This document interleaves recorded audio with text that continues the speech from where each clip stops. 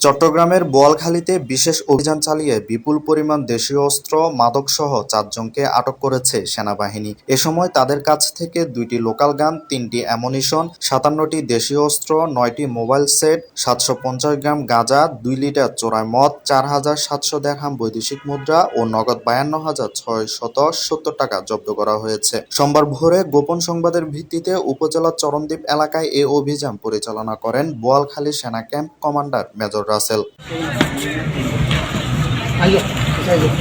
আটককৃতরা হলেন মোহাম্মদ বাবুল মিয়া, মোহাম্মদ মঞ্জুরুল আলম, মোহাম্মদ মুমিন হোসেন ও গ্যাস বাবুল। বোয়ালখালী সেনা ক্যাম্প কমান্ডার মেজর রাসেল বলেন, চাঁদাবাজি, মাদক ব্যবসা সহ নানা ধরনের অপরাধ কার্যক্রম পরিচালনা করে আসছিল আটককৃতরা। গোপন সংবাদের ভিত্তিতে তাদের অবস্থান নিশ্চিত হয়ে অভিযান পরিচালনা করে তাদের আটক করা হয়েছে। এ সময় তাদের কাছ থেকে অস্ত্র, মাদক উদ্ধার করা হয়েছে। এ বিষয়ে আইনগত প্রক্রিয়া চলমান রয়েছে। Desk report, Chattogram news.